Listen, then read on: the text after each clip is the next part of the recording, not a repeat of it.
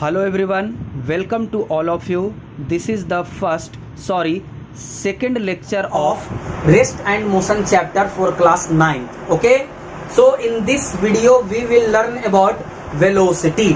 Velocity क्या है उसके बारे में हम लोग यहाँ पे अभी पढ़ेंगे. Velocity किसको कहते हैं? Velocity होता है rate of change in position.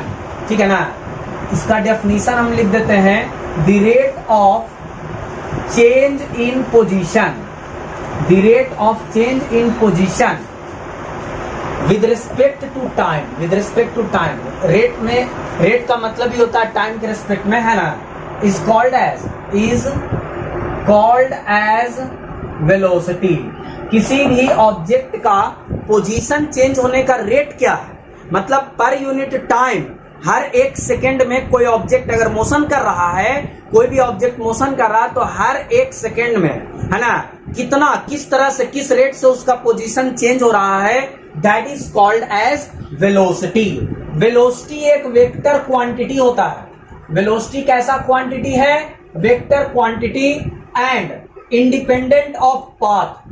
ये पाथ का इंडिपेंडेंट होता है, इंडिपेंडेंट ऑफ पाथ. ऑब्जेक्ट कौन से पाथ पे मूव कर रहा है उस पे डिपेंड नहीं करता है, इनिशियल पोजीशन और फाइनल पोजीशन. बिकॉज वेलोसिटी अगर v से डिनोट किया जाए, ऐसे तो वेलोसिटी को हम लोग u से भी डिनोट कर सकते हैं, और अगर वेलोसिटी को v से डिनोट किया जाए, ठीक है, तो डेफिनेशन के अनुसार ये हो जाता है delta x by delta T, change in position divided by change in time. ठीक है, तो चेंज इन पोजीशन, बॉडी का जब पोजीशन चेंज होता है तो क्या आता है, वहां से डिस्प्लेसमेंट आता है. तो वेलोसिटी को डिस्प्लेसमेंट बाय टाइम भी हम लोग लिख सकते हैं. आ रहा बात समझ में? चूंकि वेलोसिटी के पास जो मैग्नीट्यूड होता है वो स्पीड वाला ही होता है, डायरेक्शन केवल इसके पास है ना, तो इसलिए वेलोसिटी को भी हम लोग मीटर पर सेकेंड में या किलोमीटर पर आवर में या जो भी डिस्प्लेसमेंट टाइम का यूनिट होगा उसके अनुसार हम लोग यूनिट में इसको लिख सकते हैं. ठीक है ना,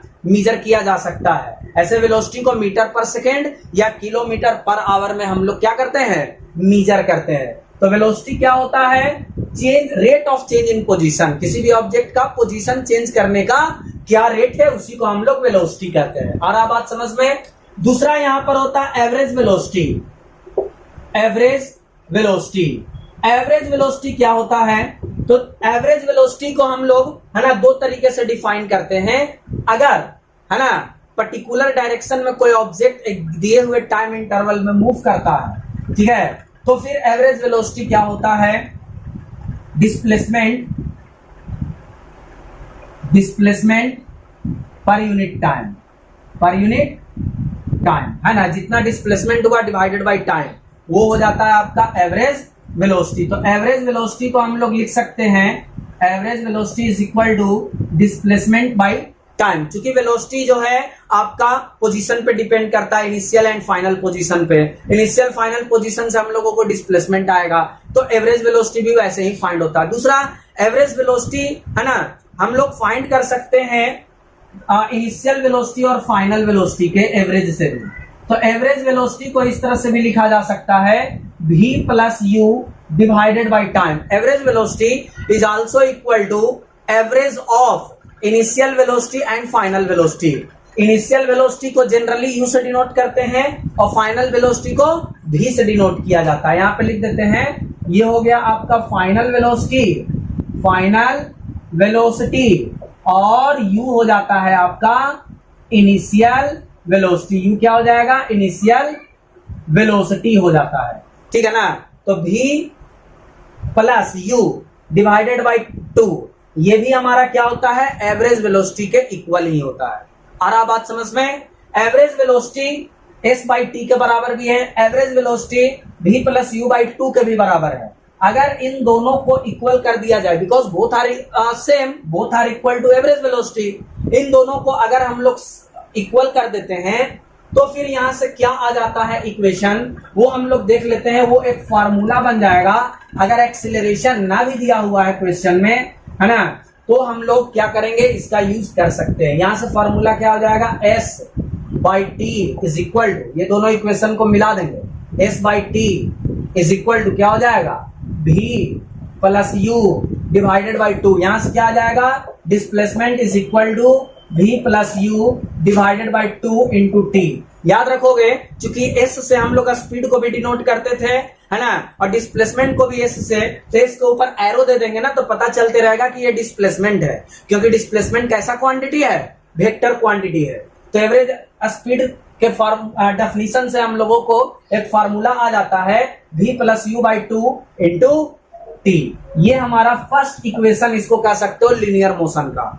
आ रहा बात समझ में, है ना। यहां से हम लोग एक्सेलरेशन को डिफाइन करेंगे और फिर लीनियर मोशन के बाकी इक्वेशंस को हम लोग डिराइव करेंगे, ठीक है ना। एक्सेलरेशन क्या होता है, एक्सेलरेशन को मैं अभी यहां पे डिफाइन कर रहा हूं। एक्सेलरेशन को डिफाइन किया गया है the rate of change of velocity, the rate of change of velocity with respect to time, time के रिस्पेक्ट में ही चेंज होगा, ठीक है ना, इज कॉल्ड एज एक्सेलरेशन। क्या कहेंगे इसको, एक्सेलरेशन। इसको जनरली हम लोग ए से डिनोट करते हैं, denoted by A, and also it is a vector quantity. ये भी कैसा क्वांटिटी है, वेक्टर क्वांटिटी है। कैसा क्वांटिटी है ये, वेक्टर क्वांटिटी।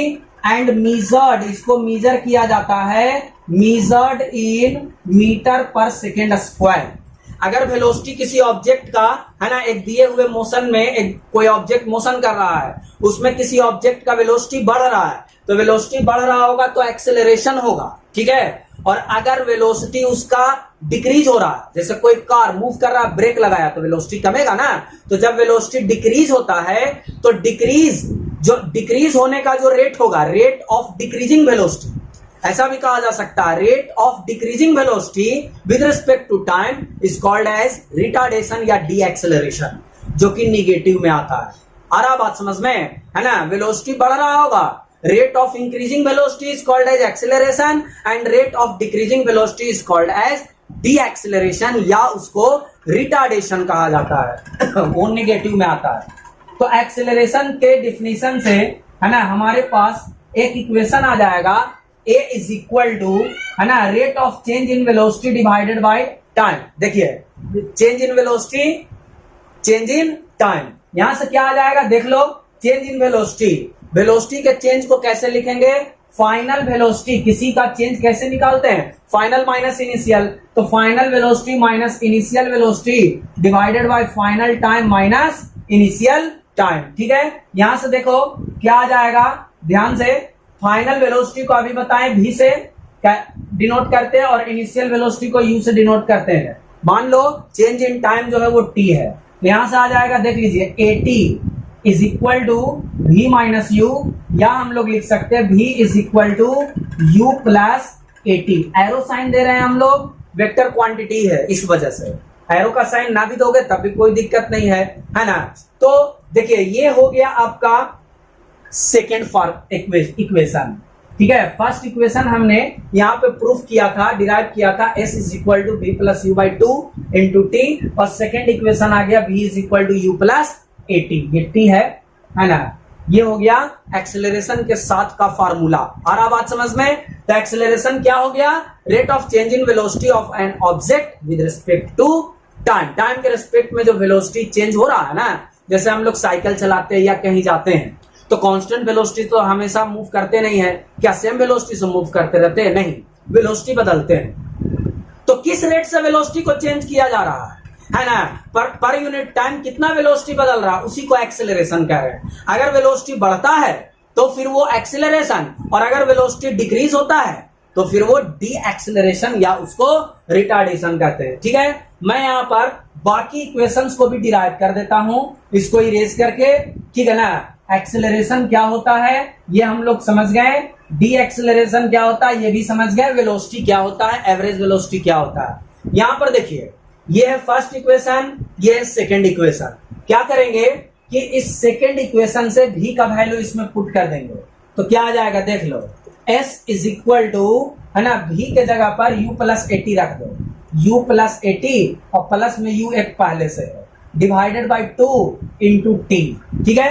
क्या आ जाएगा, u प्लस यू कितना हो जाएगा, 2u plus 80 divided by 2 into T. ठीक है, टी से मल्टीप्लाई कर दो, 2ut plus 80 square divided by 2 से डिवाइड दे दो, तो 2 से डिवाइड दे दोगे तो यहां से आ जाएगा ut plus half 80 square is equal to s। This is the third equation of linear motion. ये लीनियर मोशन का आपका थर्ड इक्वेशन है।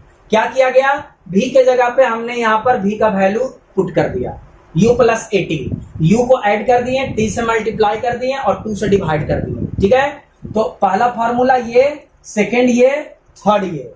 एक और फार्मूला हम लोग डिराइव कर सकते हैं, v square is equal to u square plus 2as। क्या करेंगे, यहां से है ना, पहले इसको इरेज कर देते हैं एक बार। ठीक है, फार्मूला आपने देख लिया, आप वीडियो को पॉज करके और फार्मूला जो है वो नोट कर सकते हो, है ना। हमारे पास दो फार्मूला पहले से था, s बराबर v plus U by 2 into T, और एक था v is equal to U plus 80, और एक formula ut plus half 80 square. एक और फार्मूला प्रूफ करना है, यहां से t का वैल्यू निकाल लेंगे, t का वैल्यू निकाल करके इसमें पुट कर देंगे। t का वैल्यू कितना आ जाएगा, v minus U by a is equal to T. ठीक है, u को इधर कर देंगे और a से डिवाइड दे देंगे, तो जो t का वैल्यू है उसका वैल्यू हम लोग इसमें पुट कर देते हैं। कितना आ जाएगा, s इज इक्वल टू, ठीक है, v plus U divided by 2 into T के जगह पर कितना पुट करना है, v minus U by a। ठीक है, इसको मल्टीप्लाई कर देंगे ऊपर वाले को, a plus B into A minus B हो जाएगा। a plus B into A minus B क्या हो जाता है, a square minus B square. यहां से आ जाएगा v square minus U square divided by 2a is equal to s। ये इधर जाके मल्टीप्लाई हो जाएगा, 2as is equal to v square minus U square. v square का वैल्यू कितना हो जाएगा, इसको इधर कर देंगे तो u स्क्वायर को माइनस में ना है, हो जाएगा u स्क्वायर प्लस 2as। ये हो गया हमारा फोर्थ इक्वेशन। ठीक है, तो 4 इक्वेशन होता है लीनियर मोशन का, this one is the first, second, third, ये हो गया। ये फार्मूला, चारों फार्मूला हम लोग को तब यूज करना है जब किसी ऑब्जेक्ट का वेलोसिटी बदलेगा, या तो वेलोसिटी बढ़ जाएगा या तो वेलोसिटी कम जाएगा। ठीक है ना, तब हम लोग ये फार्मूला यूज कर सकते हैं। याद रखना है, ये फार्मूला केवल और केवल नॉन यूनिफॉर्म मोशन के लिए यूज करेंगे। अगर मोशन आपका यूनिफॉर्म है तो speed is equal to distance by time ही यूज करना है।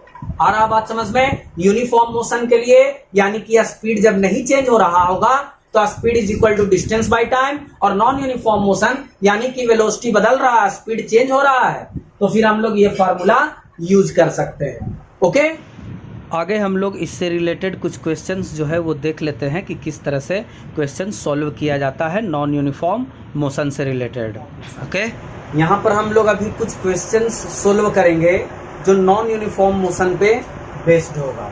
ठीक है, नॉन यूनिफॉर्म मोशन में हमारे पास 4 फार्मूला होता है जो मैंने, है ना, लास्ट वीडियो में आपको डिराइव किया था। ये हो गया first, this one is the second, and third one is the ut plus half 80 square, and last one is u square plus 2as। ठीक है, ये चारों फार्मूला का यूज करना है अगर मोशन आपका नॉन यूनिफॉर्म है। नॉन यूनिफॉर्म मीन्स, है ना, वेलोसिटी चेंज कर रहा होगा। तो क्वेश्चन नंबर फर्स्ट हम लोग देख लेते हैं, है ना। मान लो a body starts moving from rest and increases its velocity up to 20 meter per second in 2 seconds. Find acceleration। देखिए क्वेश्चन क्या कह रहा है ना कि एक ऑब्जेक्ट जो है वो रेस्ट से चलना शुरू करता है और 2 सेकेंड में उसका स्पीड जो है वो 20 मीटर पर सेकेंड हो जाता है ना। Now we have to find acceleration.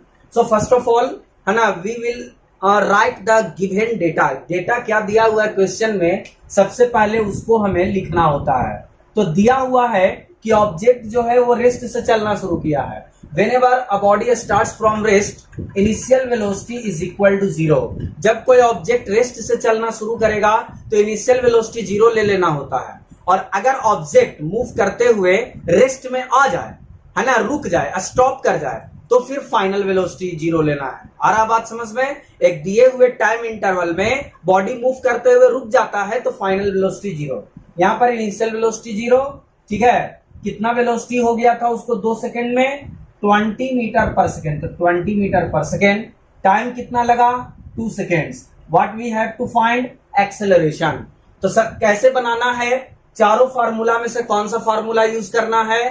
तो देखेंगे जो दिया हुआ है हमारा और जो फाइंड करना है वो किस फार्मूले से मैच कर रहा है, ठीक है ना।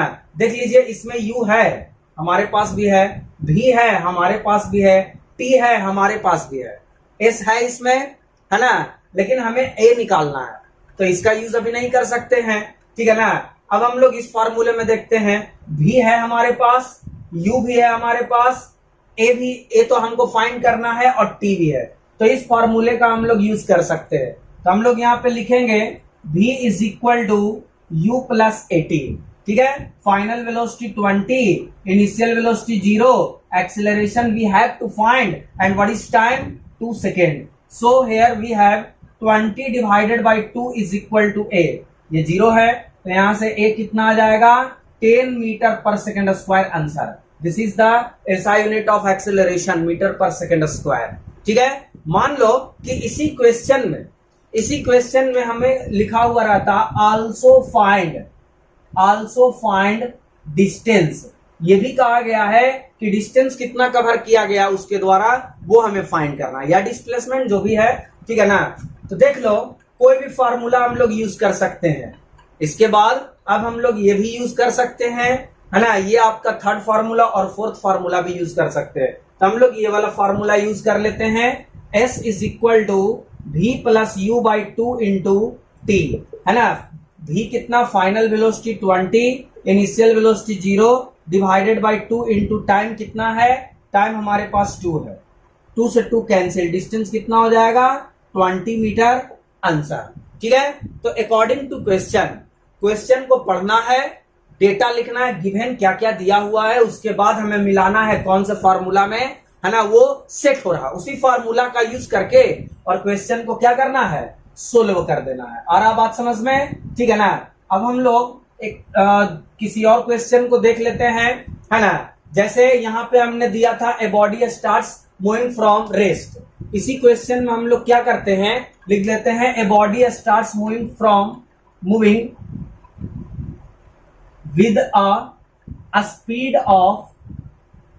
with a speed of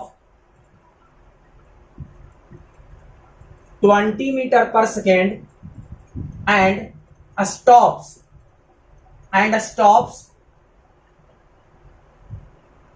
in 2 second, है ना। वही क्वेश्चन है, बस बॉडी ने 20 मीटर पर सेकेंड से चलना शुरू किया है और 2 सेकेंड के बाद वो रुक जाता है। Find acceleration and also find distance. Acceleration distance इसमें भी फाइंड करना है। तो सबसे पहले क्या करेंगे? गिवन लिखेंगे, है ना। इनिशियल वेलोसिटी कितना है इसमें? इनिशियल वेलोसिटी है 20 मीटर पर सेकेंड। कैसे? उसमें तो 0 लिए थे, तो उसमें रेस्ट से बॉडी स्टार्ट किया था चलना, और यहाँ पर बॉडी, है ना, 20 मीटर पर सेकेंड के स्पीड से चल रहा है, तो इसलिए इनिशियल वेलोसिटी यहाँ पे 20 metre per second. Final velocity 0, क्योंकि ऑब्जेक्ट जो है वो रेस्ट में आ जा रहा है। कितना देर तक वो मोशन में रहा? 2 सेकेंड तक मोशन में रहा, ठीक है ना।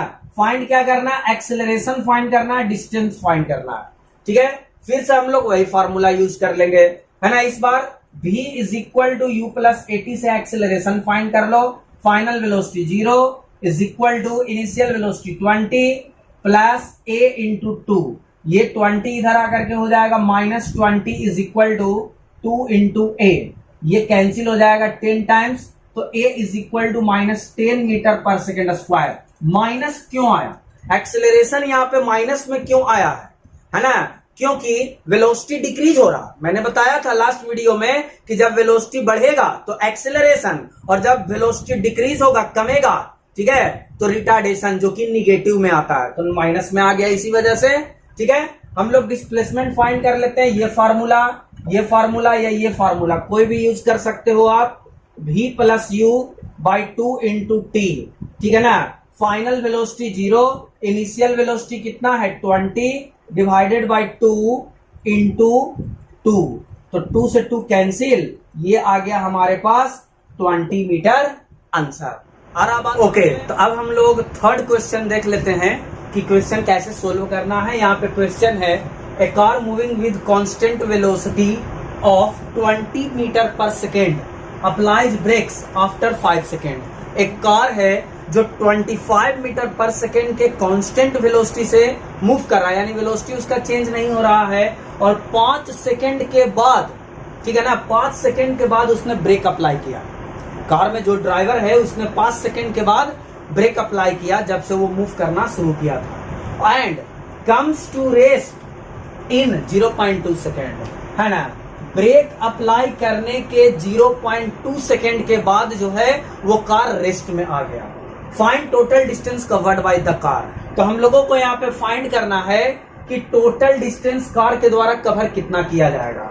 तो हम इसको, है ना, एक रफ डायग्राम के फॉर्म में एक्सप्लेन कर रहे हैं, ठीक है। देखिए, suppose car starts moving from point A point से वो मूव करना शुरू किया, है ना, 25 मीटर पर सेकेंड से, ठीक है, और उसके बाद जब वो बी पॉइंट पे पहुंचा तब भी उसका स्पीड उतना ही था, कांस्टेंट वेलोसिटी का रहा है, यानी कि स्पीड चेंज नहीं हो रहा है। तो ए पर से वो चलना शुरू किया और बी तक पूरे मोशन में, है ना, 5 सेकेंड तक वो मूव करता रहा, और बी पर पहुंचने के बाद उसने ब्रेक लगाया, यानी कि बी पर जैसे ही ब्रेक लगाएगा तो वो धीरे धीरे, कुछ समय लगता है ना रेस्ट में आने में, कि ब्रेक जैसे ही अप्लाई किया तो तुरंत गाड़ी रुक गया, नहीं, ऐसा तो होता नहीं है, कुछ ना कुछ तो समय लगता ही है। तो वो सी पॉइंट पे पहुंचते पहुंचते रेस्ट में आ गया, यानी फाइनल वेलोसिटी हो गया उसका कितना 0। ये यहां पर कितना टाइम लगा उसको, 0.2 सेकेंड का टाइम लगा है,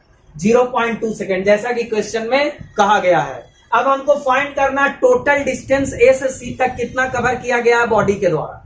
तो टोटल डिस्टेंस कैसे आएगा, है ना, तो ए से बी तक वो यूनिफॉर्म मोशन में था, क्योंकि उसका वेलोसिटी चेंज नहीं कर रहा है, वेलोसिटी उसका क्या है, कांस्टेंट है। तो ए से बी के लिए क्या करेंगे, speed is equal to distance by time हम लोग अप्लाई कर लेंगे। स्पीड उसका कितना है 25 मीटर पर सेकेंड है, डिस्टेंस हमें ए बी फाइंड करना है, और टाइम कितना देर तक वो मूव करता रहा था 5 सेकेंड तक, तो यहां पर हम लोग 5 सेकेंड लिख देंगे। तो ए बी हमारे पास कितना आ जाएगा, देख सकते हैं, इसको मल्टीप्लाई कर देंगे तो 125 मीटर हमारा आ जाएगा डिस्टेंस ए से बी तक।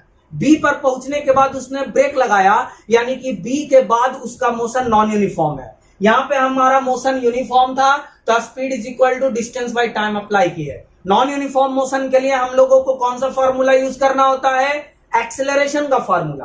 तो बी से सी के लिए 4bc, बीसी के लिए हम लोग यहाँ पे सोल्व कर लेते हैं। यहाँ पर बी पर उसका वेलोसिटी कितना था 25 मीटर पर सेकेंड, सी पर उसका वेलोसिटी कितना हो गया 0 हो गया। टाइम कितना लगा है देख सकते हैं हम लोग, 0.2 सेकेंड का समय है, ठीक है। Now we have to find distance B C. तो बी से सी तक का डिस्टेंस हम लोग इस फॉर्मूले से फाइंड कर सकते हैं, है ना, v plus U divided by 2 into time, ठीक है। Final velocity 0, initial velocity 25 divided by 2 into time कितना लगा है 0.2, यहां से ये 10 आ जाएगा, 2 से 2 कैंसिल, डिवाइड दे देंगे कितना हो जाएगा 2.5 मीटर हो जाएगा यहां से हमारे पास, ठीक है। अब टोटल डिस्टेंस फाइंड करना है एसी। एसी कैसे फाइंड होगा, यहाँ पे हम फाइंड करके दिखा देते हैं। एसी इज इक्वल टू हो जाएगा A B plus B C.